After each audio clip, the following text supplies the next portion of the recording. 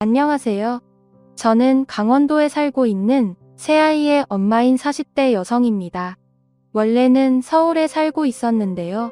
작년부터 강원도로 내려와서 자리를 잡았습니다.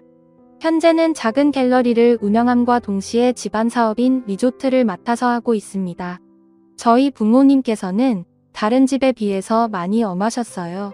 한때는 여기가 군대가 아닌가 싶을 정도로 시간에 맞춰서 딱딱 움직이도록 하셨고 통금 시간도 엄격하셨죠. 저희 형제들은 5남매인데요. 저는 그중 막내였습니다. 다들 막내라고 하면 사랑 많이 받고 살았겠다고 하시지만 딱히 그런 것도 없었어요. 언제나 저희 집에는 가족의 규칙이 중요했고 그대로 움직여야 했으니까요. 아버지께서는 할아버지 때부터 내려온 호텔 및 리조트를 운영하고 계셨어요. 가족 사업으로 전 지역에 골고루 퍼져 있었죠. 저는 5남매 중에 유독스럽게 가족의 규칙에 반발심이 많았던 아이였는데요. 다른 언니 오빠들은 불같이 화려해지는 아버지 앞에서 순종적이었지만 저는 아니었거든요. 예를 들어서 어느 날 갑자기 학교를 마치고 집을 가는 길에 귀를 뚫어서 종아리 열대와 함께 한 달 동안 외출 금지를 당한 적도 있었어요. 그래도 저는 전혀 굴하지 않고 염색까지 해버렸죠. 아버지께서는 거의 졸도할 것처럼 놀라시더니 한술 더 떠서 제 머리를 아예 삭발을 하시고는 머리가 자랄 때까지 꼼짝도 하지 말라고 핸드폰도 압수하셨죠.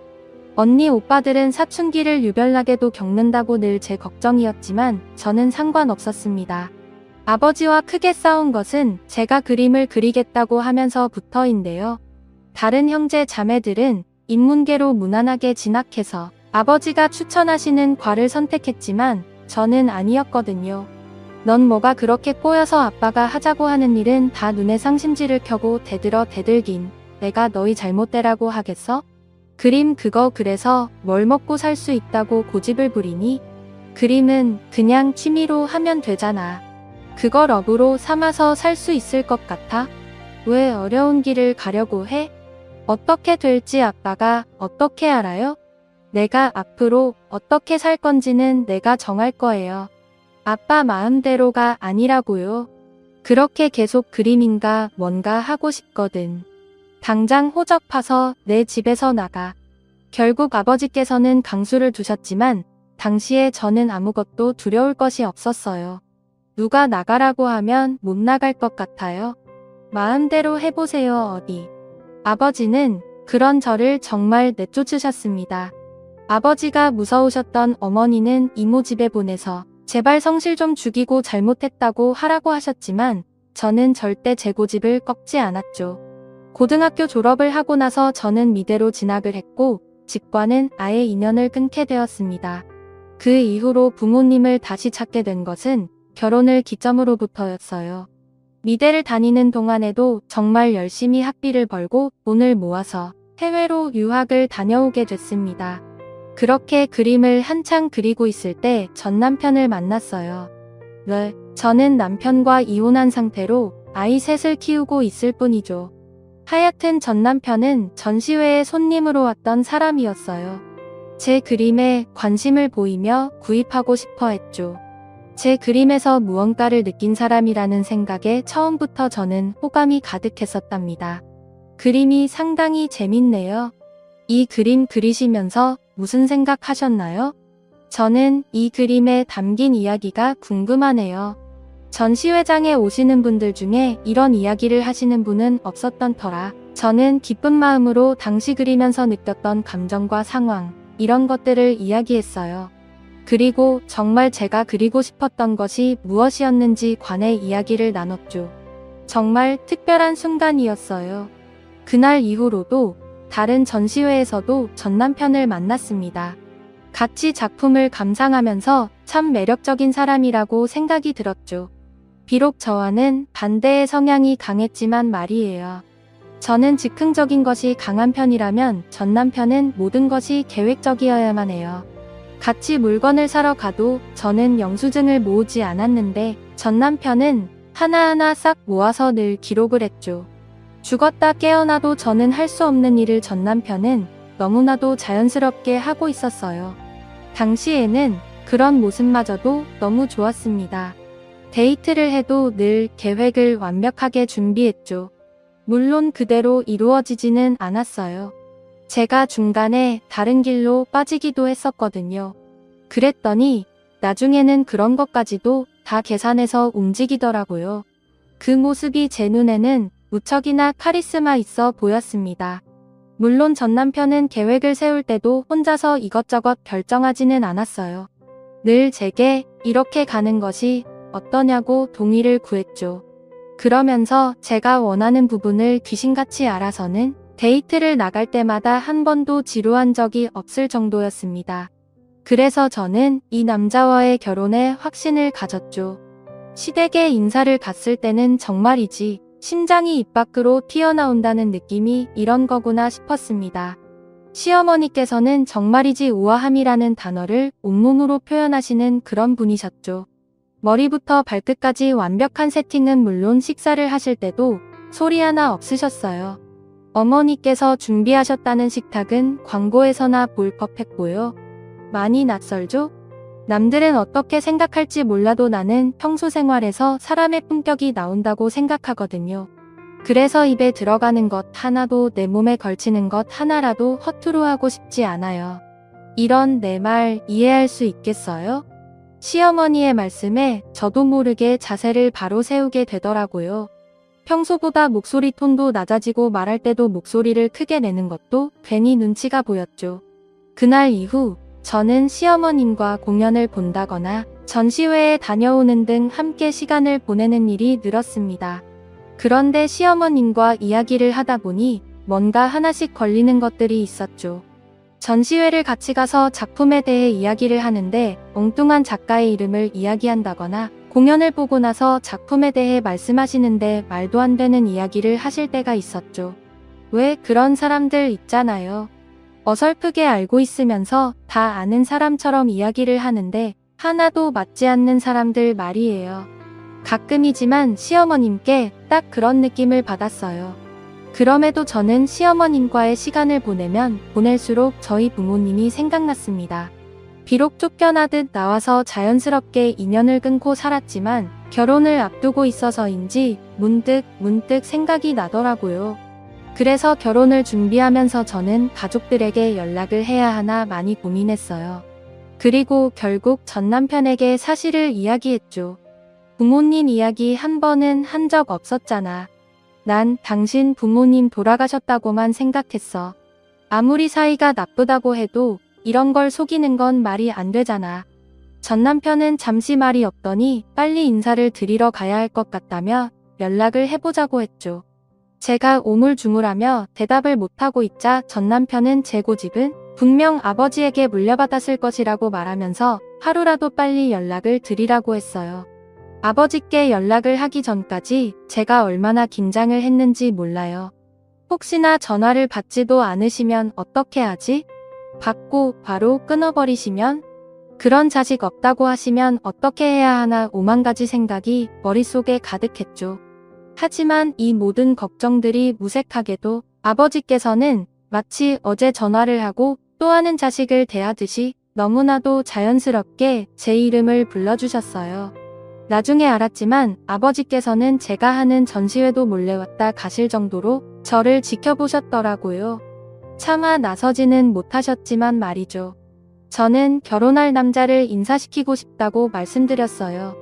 당시 아버지는 인천 쪽에 새로운 건물을 올리시는 중이라 어머니와 함께 서울에 계셨기에 당장 그러자고 하셨죠. 남자친구를 처음 보고 난 후 아버지께서는 마음에 들어하는 눈치가 아니셨어요. 제가 어땠냐고 물어도 한 번 봐서 사람을 어떻게 아느냐고 했지만 이상하게 거리감을 두시면서 불편해하는 눈치셨죠. 아직 30이 되지 않았는데 무슨 벌써 결혼이야? 꼭 저 남자랑 해야 돼. 그렇게 하고 싶어. 좋은 사람이고 제가 갖지 못한 것을 갖고 있는 사람이에요. 둘이 함께 있으면 편안하고 행복해요. 그리고 결혼하고 싶은 사람이 있는데 왜 미뤄야 돼요? 아버지께서는 이번에도 제 고집을 꺾지 못하시고 결국 결혼을 축하해 주셨죠. 전 남편은 결혼식을 크게 하면서 많은 분들께 축복을 받고 싶다고 했지만 저는 반대였어요. 결혼은 우리 두 사람이 서로 함께하기로 약속하는 자리잖아. 굳이 사람들을 잔뜩 부를 필요가 있어? 잘 알지도 못하는 사람들이 우리를 얼마나 축하한다고. 그래도 좋은 날인데 그 행복한 기분을 많은 사람들과 나누는 것도 나쁘지 않잖아. 전 남편의 말이 이해는 되었지만 저는 끝까지 크게 하고 싶지 않다고 말했죠. 사실 저는 남편에게 부모님이 하시는 일에 관해 일체 말하지 않았어요. 두 분이 얼마나 돈이 많은지 운영하고 계시는 리조트가 몇 개인지 그런 것들이 제게는 중요하지 않았거든요. 그것들은 모두 부모님의 재산이지 저의 것이 아니었으니까요. 하지만 제가 결혼을 한다고 알리기 시작하면 몰려드는 손님들의 수가 어마어마할 것이 불보듯 뻔한데 그 중에서 과연 저희의 결혼을 진심으로 축복하려는 사람이 얼마나 되겠나 싶더라고요. 그래서 끝까지 반대를 해서 규모를 축소시켰죠. 처음 제가 원했던 만큼은 아니었지만 말이에요. 전 남편은 그럼에도 미련이 남은 모양인지 마지막까지 저를 위해서였다고 이야기하더라고요. 결혼을 하고 나서도 전 남편은 딱히 달라진 점이 없었어요. 숫자에 약한 저를 대신해서 통장을 관리했고 저는 필요한 만큼 전 남편에게 받아서 사용했죠. 물론 아껴 써야 한다고 잔소리를 듣기도 했지만 딱히 불편하지는 않았어요. 워낙 금전적으로는 관심을 두지 않는 편이라서 당시에 전 남편이 책임져 준다면 그만큼 편한 게 어디 있겠나 생각뿐이었죠. 그런데 이것이 점점 시간이 지날수록 묘한 기분이 들기 시작했어요. 특히 아이가 태어나고 나서는 전 남편의 이런 꼼꼼함이 숨막힐 때가 많았죠. 아이들이 사용하는 물건들은 빨리빨리 소모가 되잖아요. 빨래만 하더라도 하루에 몇 번을 돌려야 하고 기저귀나 분유도 아이가 자라는 만큼 소모량도 늘어났죠. 장난감이나 아이들 교육에 필요한 교구들도 마찬가지였고요. 매일 새로운 것들이 나오는데 그런 것들을 볼 때마다 우리 아이에게 해주고 싶었죠. 아이들을 키워보신 분들은 다 공감하지 않으실까 싶어요. 거기다 제가 첫 아이를 쌍둥이로 가져서 모든 것이 2개씩 필요했거든요. 그래서 어마무지하게 돈이 들어갔죠. 그러자 전 남편의 태도가 아예 달라졌어요. 제가 뭐라도 하려고 하면 무조건 안 된다고 하더라고요.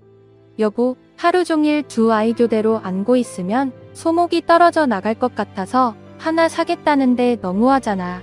보호대라고 해서 특별한 것도 아니야. 내가 붕대 감는 방법 링크 보내줄 테니까 그걸로 해봐. 솔직히 너무 서운하고 화가 나서 따지기도 했지만 전 남편이 하나도 아니고 2을 갑자기 키워야 하는데 갑자기 들어가는 돈을 어떻게 다 감당하겠느냐고 조금만 아껴보자는 말에 결국은 화를 가라앉히고 넘어갔답니다. 지금 생각해보면 제가 미련했던 거죠. 전 남편은 그때부터 제가 하는 것들에 사사건건 간섭을 하며 잔소리를 하기 시작했어요. 그 끝에는 늘 우리 가족을 위해서다. 아이들을 좀 더 좋은 환경에서 키우고 싶기 때문이다. 부모인 우리가 노력하지 않으면 어떻게 하겠느냐 등의 말로 저를 달랬어요. 그러면 저는 발끈하다가도 불편함을 조금만 참으면 되겠거니 싶어서 알겠다고 말했죠. 제 이야기를 들은 바로 첫째 언니는 어릴 때는 그렇게 아버지가 하시는 말씀에 바락바락 대들면서 말대꾸하더니 전 남편이 하는 말에는 알겠다고 대답하는 제가 낯설다고까지 했죠. 그 뒤로도 우리 부부는 금전적인 문제를 가지고 다투는 일이 생겼어요. 특히 관리비가 나오는 날이면 식탁에 펼쳐두고 하나하나 다 지적하기 시작했죠. 여보, 온수가 지난달보다 양이 왜 이렇게 늘었어? 아니, 이번 달은 30일까지 있는데 그럼 더 적게 나와야 되는 거 아니야? 이게 말이 안 되잖아. 그리고 전기세는 이게 뭐야? 전기세도 올랐네? 도대체 당신 집에서 뭘 했길래 이렇게 오른 거야? 전 남편은 올랐다고 해도 고작 몇백 원 차이인데도 불구하고 이유가 뭐냐며 제게 꼬치꼬치 캐물었죠. 여보, 고작이라고 생각하면 안 되지. 정말 찰나잖아. 뭔가 액션을 취하기 전에 생각을 한 번만 더 해보면 되는 일인데 자기는 그게 왜 부족해? 왜 그 한 번을 매번 놓치는 거야? 정말이지. 연애할 때는 이런 남자였나 싶었던 순간이 한두 번이 아니었답니다. 솔직히 같은 평수에 비해서 관리비가 적게 나온 것이라고 적혀 있음에도 남편은 무슨 잔소리를 못해서 죽은 귀신이라도 붙은 사람처럼 저를 몰아붙였죠. 당연히 저는 그런 전 남편을 이해할 수 없었습니다. 여러분이라면 어떠실 것 같으세요? 이런 남자가 정상으로 보이십니까? 저는 이 정도 차이 나는 것이 무슨 문제냐고 몇만 원씩 달라지는 것도 아닌데 너무 깐깐하게 나오는 것 아니냐고 따졌죠. 제가 너무 거세게 나갔는지 전 남편은 잠시 물구러미 저를 보더니 아까와는 전혀 다른 목소리로 제게 말했어요. 조금 금액을 괜찮다고 여기다 보면 점점 그 숫자가 커져서 나중에는 몇천 원, 몇만 원 돼도 괜찮다고 넘어갈 수 있으니까 그러지. 지금부터 습관을 바꿔보자 뭐 그런 취지에서 하는 말인데 왜 그렇게 화를 내고 그래? 내가 너무 정색하고 말해서 그래? 미안해 내가 나빴네. 말투를 괜히 그렇게 써서 우리 여보 오해만 하게 만들걸. 여보 그래도 내 마음은 그게 아닌 거 알지? 전 남편이 이렇게 나오자 오히려 괜히 짜증을 내고 있던 제가 바보가 된 것 같은 기분이었어요. 정말 별것도 아닌 일에 발끈하는 사람이 되어버렸죠. 저만 나쁜 사람이 된 것 같은 기분이 썩 좋지 않았습니다. 시댁에서는 한 달에 한 번 꼭 식사 모임을 가졌는데요. 항상 사전에 가게를 예약해서 움직였어요. 오마카스의 전문점이나 유명한 파인다이닝 가게들을 종종 찾았죠. 몇 달은 기다렸다가 예약 차례가 되었다고 이야기할 때도 있었어요. 물론 시어머님께서 그런 분위기의 가게를 좋아하신 것도 있었지만 전 남편 자체가 그런 가게에서 음식을 음미하는 것을 즐겼습니다. 그에 반면 저희 가족들은 좀 달랐어요.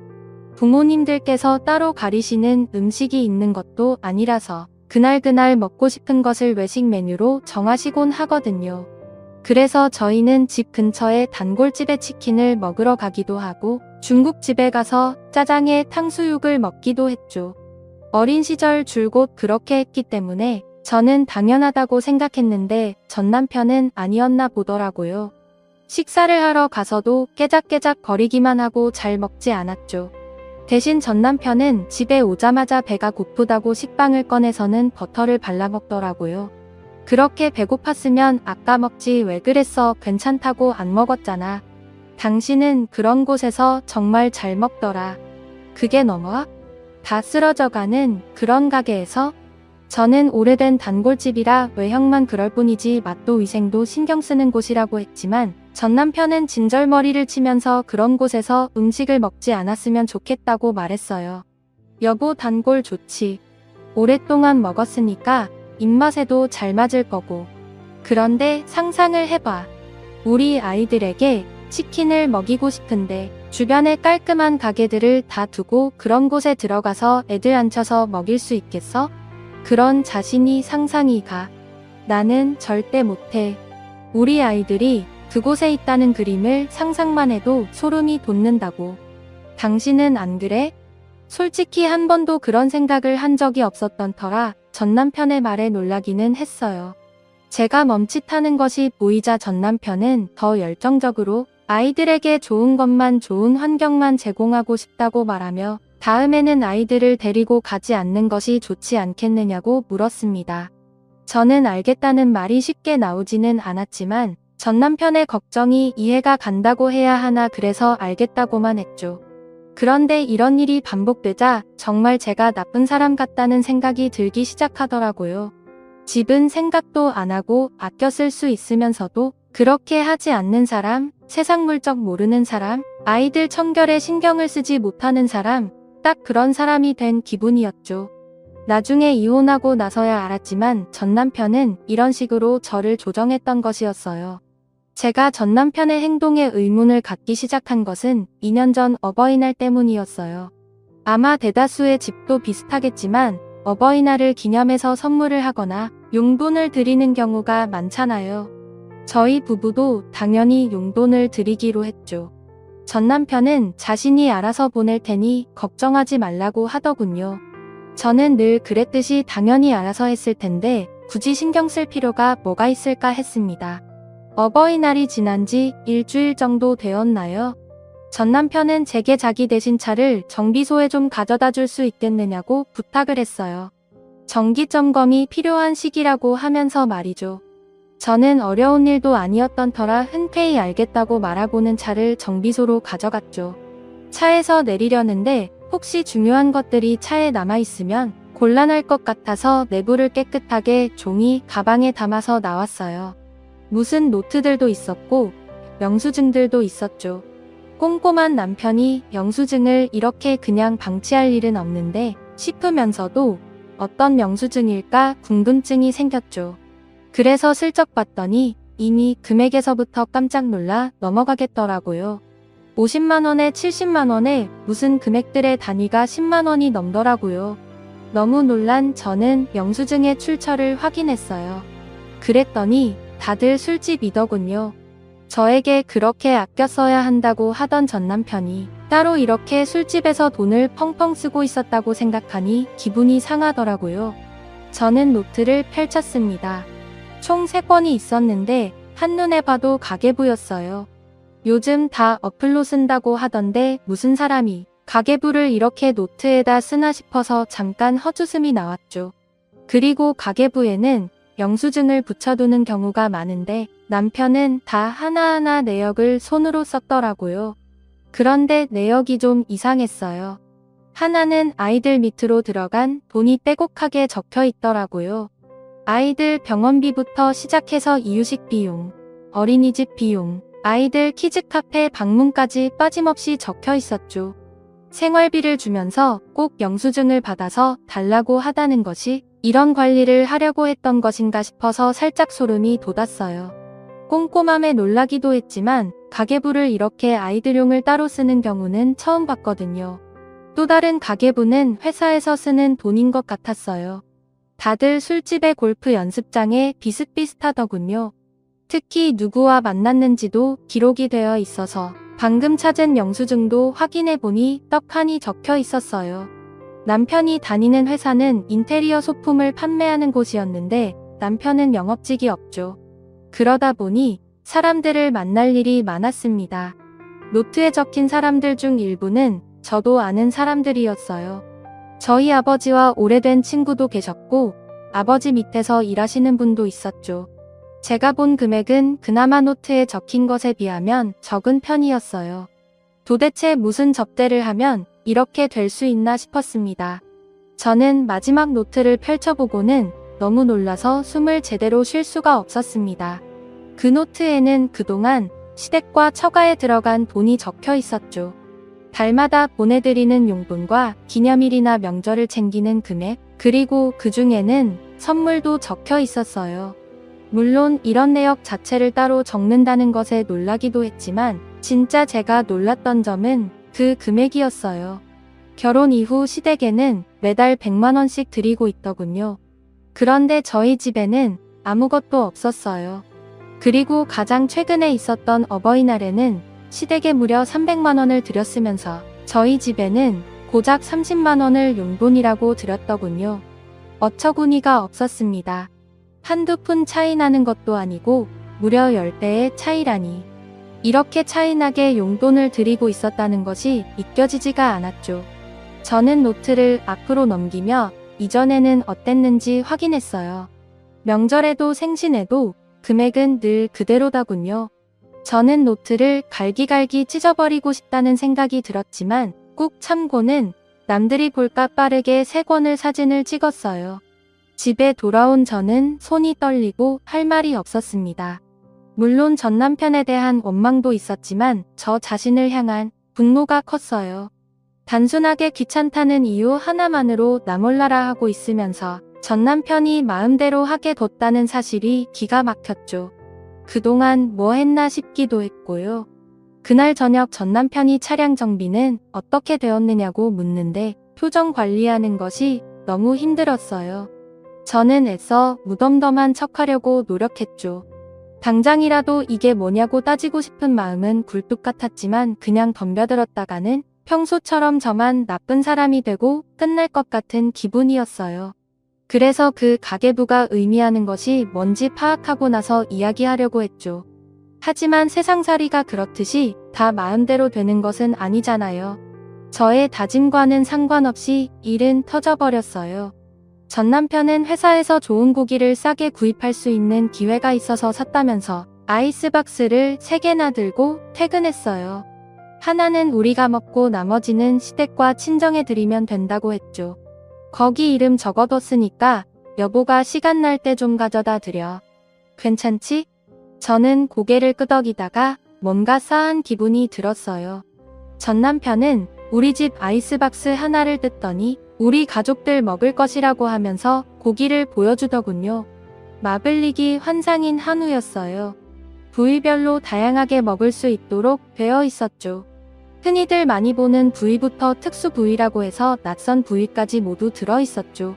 여보 여기 마블링 좀 봐 예술이지 않아? 이런 건 석쇠에다가 구워 먹어도 좋지만 철판 요리 해 먹으면 진짜 맛있을 거야. 진짜 아깝다. 집에서 철판 요리 해 먹기는 좀 힘들겠지? 전 남편은 약간 들뜬 목소리로 신나게 말했어요. 저는 한 귀로 듣고 흘리면서 시댁과 친정에 보내는 저 박스 안에는 무엇이 들어있을지 궁금해지기 시작했죠. 저는 이야기를 들으면서 자연스럽게 시댁 표시가 되어 있는 박스를 뜯었어요. 테이프 뜯는 소리에 화들짝 놀란 전 남편은 지금 뭐 하는 짓이냐고 물었죠. 혹시 모르니까 확인은 해야지. 당신 말대로 귀한 고기인데 이상이라도 있으면 큰일이잖아. 내가 다 보고 포장한 거야. 확인 다 했는데 뭘 자기가 다시 봐. 나 못 믿겠어?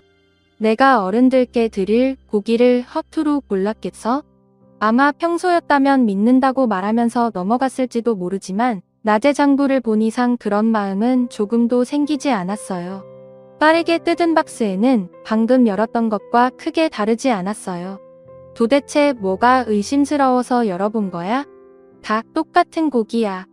설마 내가 다르게 준비했겠어? 괜히 확인해서는 다시 포장해야 되잖아. 여보, 왜 그래? 낮에 무슨 꿈이라도 꾼 거야? 갑자기 이건 왜 뜯었어?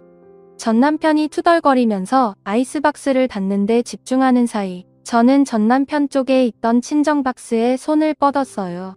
이번에는 전 남편이 빨랐습니다. 아까와는 전혀 다른 힘으로 이것까지 왜 열어보느냐고 하냐면서 방금 보지 않았느냐고 외쳤죠.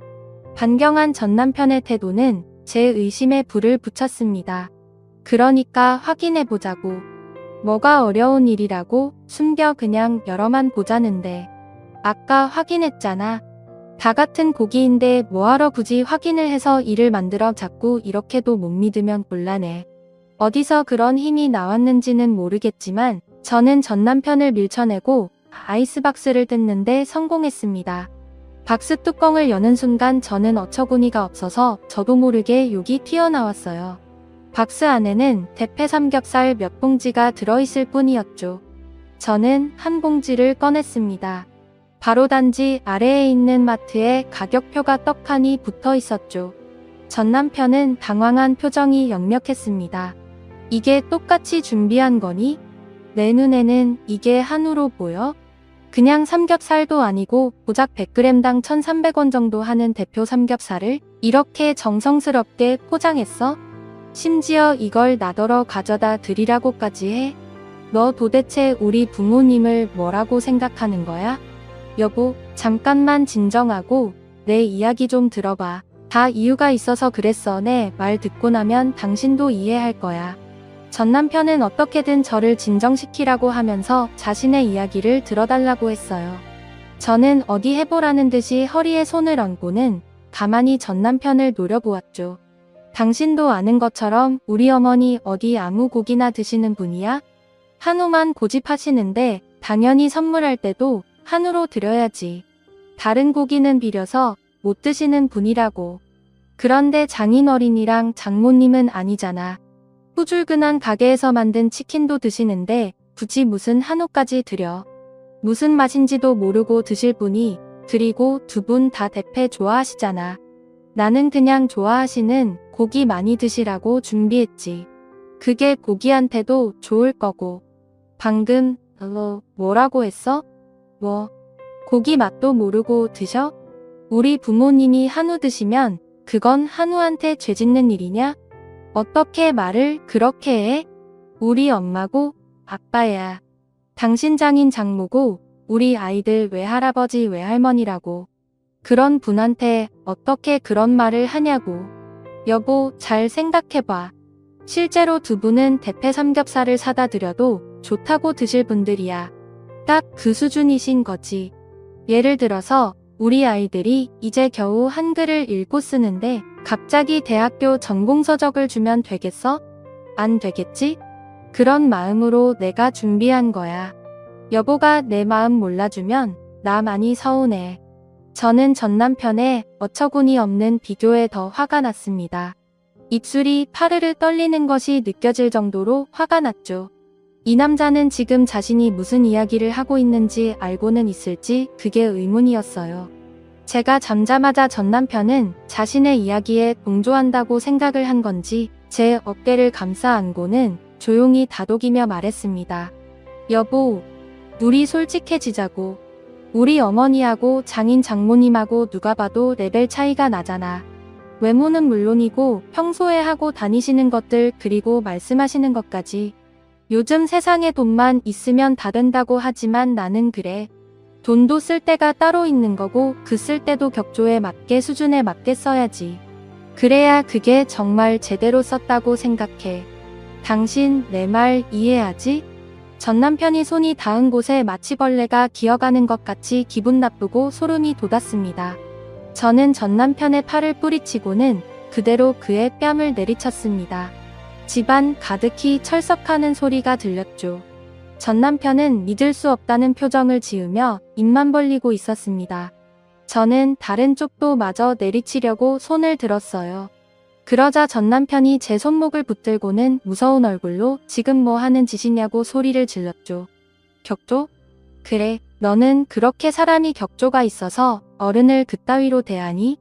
레벨 차이 내가 우리 부모님에 대해서 뭘 안다고 그런 소리를 나불거리고 있어. 보이는 게 다라고 생각하면 천만의 말씀이야. 너 크게 후회하게 될 거야. 알아? 전 남편은 제 말이 우습다는 듯이 어깨까지 들썩거리며 웃더니 저더러 뭘 할 수 있느냐고 물었어요.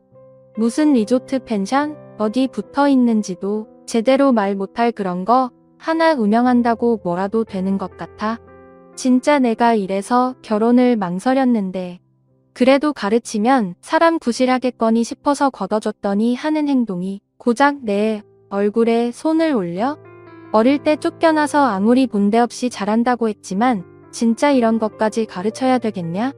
저는 마치 제가 학생이라도 되는 것처럼 말하는 전 남편을 보자 더 이상은 이곳에 있을 수가 없었어요. 저는 앞으로 나도 아이들도 볼 생각하지 말라고 말하고는 급한 것만 챙겨서 집을 나왔습니다. 전 남편은 이대로 나가면 정말 자기랑 다시는 볼 수 없다고 말하면서 아이들 역시 다시 볼 수 없을 것이라고 말했습니다. 저는 소송을 해서라도 아이들은 제가 키우겠다고 소리를 지르고는 그대로 나왔어요. 저는 흥분을 최대한 가라앉히려고 노력했지만 핸들을 쥐고 있는 손은 부들부들 떨리고 있었죠. 그날 그렇게 집을 나선 저는 큰오빠 네 집으로 갔습니다. 아이들이 조카들과 수영장에서 놀고 와서는 그대로 뻗었다고 연락을 받았거든요. 큰오빠에게 그간의 일을 이야기하고 이혼을 하려고 한다고 말했죠. 잠시 놀란 표정을 짓던 오빠는 묵묵히 어깨만 두드려주고는 편하게 있으라고 하더라고요. 이후 전 남편은 몇 번이나 아이들을 내놓으라고 연락이 왔어요. 어디 있는지 물어보면서 당장 내놓지 않으면 경찰에 유괴라도 신고하겠다고 하더군요. 저는 큰오빠 내 집에 있으며 저는 양육권은 죽어도 줄 수 없다고 말했죠. 전 남편은 코드 숨을 치면서 아이들을 키울 능력도 없으면서 무슨 수로 양육권을 주장하느냐고 비웃더군요. 지금이라도 늦지 않았어. 잘못했다고 싹싹 빌어. 그럼 내가 너그럽게 용서해 줄 테니까. 잘 생각해. 이런 기회 2번은 없어. 생각이고 뭐고 다 필요 없어. 양육권은 내가 못 짓겠고 같아? 나는 어떤 수단을 써서라도 양육권, 친권 다 가지고 올 거야. 그러니까 내가 사과한다는 생각은 꿈에도 하지 마. 그런 일은 없으니까. 당신 크게 실수하는 거야. 내가 이대로 넘어갈 것 같아? 지금 이 순간을 나중에 뼈저리게 후회하도록 만들어줄 거야. 알아? 저는 전 남편의 경고에도 전혀 두렵지 않았어요. 지킬 자식이 있는 엄마잖아요. 소중한 사람이 있는데 뭐가 두렵겠어요. 저는 전력을 다해서 아이들을 지키겠다고 다짐하고는 당장에 변호사를 찾아가서 소송 준비를 시작했죠. 아이에게 안정감을 줄 수 있어야 하는 것은 물론 경제적인 문제도 중요하게 작용한다고 하더군요. 프리랜서가 아닌 제대로 된 직장을 가질 필요가 있다는 말씀이셨죠. 저는 결혼 이후에도 꾸준히 연락하고 있던 언니에게 연락을 했어요. 강릉에 있는 선배인데 저한테 갤러리 좀 맡아서 운영해달라고 몇 번이나 말을 했었거든요. 저는 바로 강릉으로 내려가겠다고 말했죠. 나름 조용히 해결하라고 했지만 꼬리가 길면 밟힌다고 부모님께 들킬 수밖에 없었습니다. 아버지께서는 잔뜩 화가 나신 얼굴로 어떻게 하고 싶으냐고 물어보셨어요. 강릉? 강릉까지 내려갈 생각이냐? 애들이랑 다 같이. 아버지께서는 눈을 감고 한동안 손가락으로 탁자를 톡톡 치며 생각에 잠기셨죠. 저는 무슨 생각을 하고 계실지 조금도 짐작이 가지 않았습니다. 강릉에 리조트 3개가 있다. 그거 내가 맡아라. 경제권이 중요하다며? 그럼 확실하게 눌러줘야지. 감히 내 딸한테 아이들 뺏어갈 생각조차 못하게. 그리고 변호사는 당장 박권에 일 봐주는 사람 있다. 연락해뒀으니깐. 변호사 일은 감사하지만 아버지 저 사업이랑은 거리가 먼 사람이에요. 그런 큰 일은 더더욱 못하고요. 갤러리 일로도 충분해요. 어차피 직접 거래하고 있는데요. 아버지께서는 내 딸을 뺏어갈 생각조차 못하게. 변호사 일은 감사하지만 아버지 저 사업이랑은 거리가 먼 사람이에요. 큰 일은 더더욱 못하고요. 갤러리 일로도 충분해요. 어차피 직접 관리하는 사람은 다 따로 있어. 실무자들이 일 잘하도록 챙겨주기만 하면 되는데 뭐가 어렵다고 그래. 그리고 이번 기회에 배워보면 되지. 해보지도 않고 지레 겁부터 먹는 게냐? 그런 생각으로 자식은 어떻게 지키려고? 그리고 그놈한테 뭐라도 돌려줘야 될 거 아니야. 바보같이 가만히 있을 생각이야? 저는 감사하다는 말씀을 드리고는 아버지께 따로 이야기를 좀 하고 싶다고 말씀드렸어요. 아버지는 저를 안쪽 서재로 부르셨죠. 저는 전 남편의 가계부 중에서 회사 일과 관련되는 것으로 추측되는 것을 보여드렸어요. 아버지는 한참을 보시더니 좀 이상하다고 하시면서 그 장부에 적힌 이름을 하나 짚으시더니 직접 물어보자고 하셨죠. 저는 이렇게까지 도움을 받을 수 있을 거라고는 생각해보지 않았기에 살짝 긴장이 되었어요. 1시간 정도 지났을까요? 큰오빠 또래의 남자가 들어왔어요. 아버지께서는 가타부타 아무런 말씀을 하지 않으셨죠. 저더러 궁금한 것이 있으면 물어보라고만 하셨어요.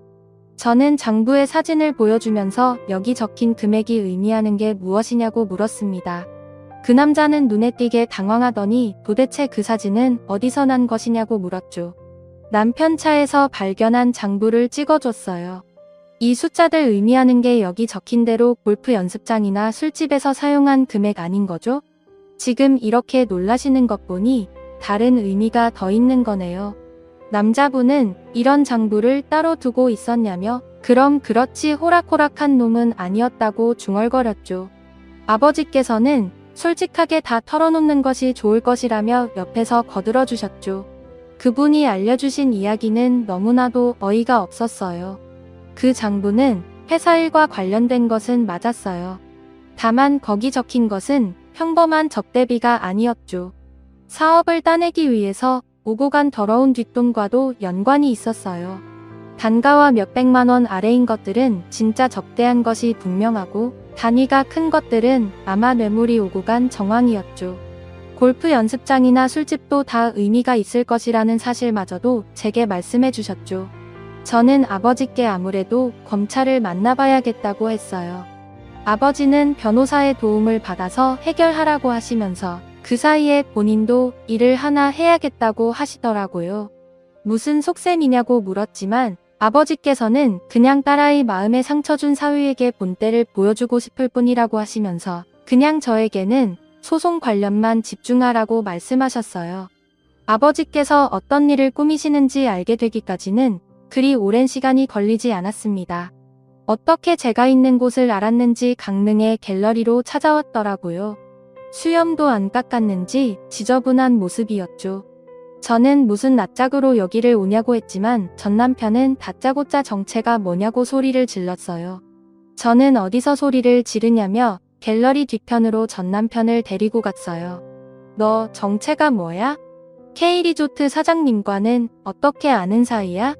M호텔은 게스리조트는 거기를 내가 어떻게 다 알고 있는 건데? 너랑 무슨 관계야? 전 남편의 입에서 나오는 호텔이며 리조트의 이름은 전부 다 아버지가 관리하는 곳이었어요. 저는 무엇 때문에 궁금해하는지 물었지만 전 남편은 미친 사람처럼 제 팔을 쥐고 흔들면서 빨리 이야기하라고 닭다리였죠. 어제까지 멀쩡하게 계약했던 곳들인데 다들 약속이라도 한 것처럼 계약 해지 요구한단 말이야. 다들 당신 때문이라고 하는데 당신 나한테 뭐 숨기는 거 있어? 그제야 저는 아버지가 준비하신 일이 무엇인지 알 것 같았어요. 리조트 내부에 들어가는 소품들을 아버지께서는 알게 모르게 전 남편을 통해서 계약을 하고 계셨거든요. 사위의 어깨에 힘주고 다니라는 뜻에서 하셨는데 이제는 헤어지게 되었으니 더 이상 그럴 필요가 없어진 거지겠죠. 저는 피식 웃으며 말했습니다. 숨기는 건 있지. 굳이 말할 필요가 없어서 이야기 못했던 사실 있어. 왜?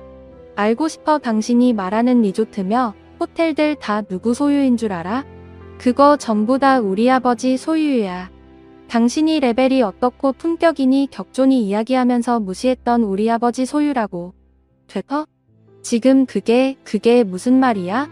다 장인 어른 소유라니. 그 많은 리조트며 호텔들이 전부 이제 와서 내가 뭘 더 숨겨야 하는데? 왜? 안 믿겨? 그럼 가서 물어봐. 오너가 누군지 직접 확인해보면 될 거 아니야. 제 말이 끝나자 전 남편은 얼굴이 밝아졌다 어두워졌다를 반복하더니 갑자기 제 손을 잡았어요. 벌레가 기어가는 것 같은 기분에 뿌리차도 봤지만 얼마나 세게 쥐고 있는지 제 손에 피가 통하지 않을 정도였죠. 여보, 내가 다 용서할게. 뭐 화가 나면 사람이 그럴 수도 있지. 앞으로 조심만 하면 되니까. 내가 아무 일도 없었던 것으로 해줄 테니까 우리 이혼 없던 걸로 하자. 우리 잘 지냈잖아. 안 그래? 지금처럼 지내면 아무 문제 없어. 그리고 장인 어른께 말 좀 전해줘. 우리 회사랑 독점 계약하자고. 너 미쳤니? 정신이 오락가락해? 지금 이 상황에서 겨우 한다는 말이 뭐 어느 때보다 멀쩡하지. 그러니까 지금 당신을 용서한다고 말하잖아. 이 순간 이후로 나는 싹 다 잊을 거야. 당신이 한 행동 어때? 고맙지? 그러니까 아버님께 가자. 어서. 저는 이 미친 인간이랑은 더 이상 대화가 되지 않겠구나 싶었어요. 저는 사람을 불러 전 남편을 끌어내라고 했죠. 하지만 전 남편은 쉽사리 끌려가지 않았어요. 자기가 이렇게 양보를 하는데 왜 이러냐고 서리를 질렀죠. 누가 양보를 해? 용서? 지금 날 용서한다고 말하는 것 자체가 당신이 제정신이 아니라는 증거야. 정말 우린 끝이야. 알겠어.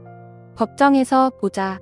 그리고 한 가지 더. 당신이 그 회사에 있는 한 당신 회사의 제품은 절대 쓰지 않겠다고 회사에 얘기해 둘 테니까 어디 한번 잘 버텨보라고.